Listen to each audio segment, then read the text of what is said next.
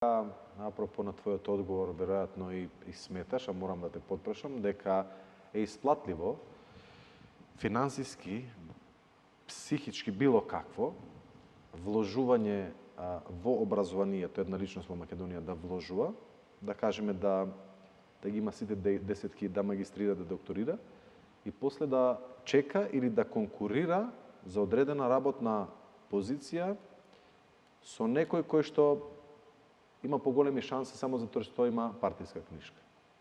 Сметаш дека е тоа коректно, фер и дека е исплатливо?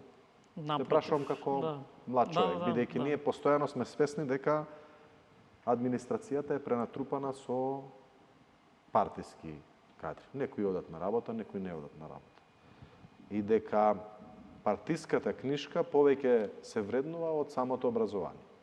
И затоа прашувам дали вреди да се вложува како млад човек, да вложуваш за да останеш во државата, а да вложиш во образование па да се замениш можеби и вреди.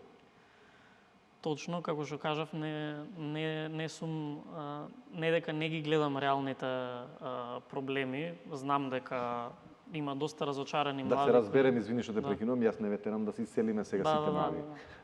Јас само сакам да поттикнам дебата каде се проблемите и мислам дека вие како млади треба да сте најгласни.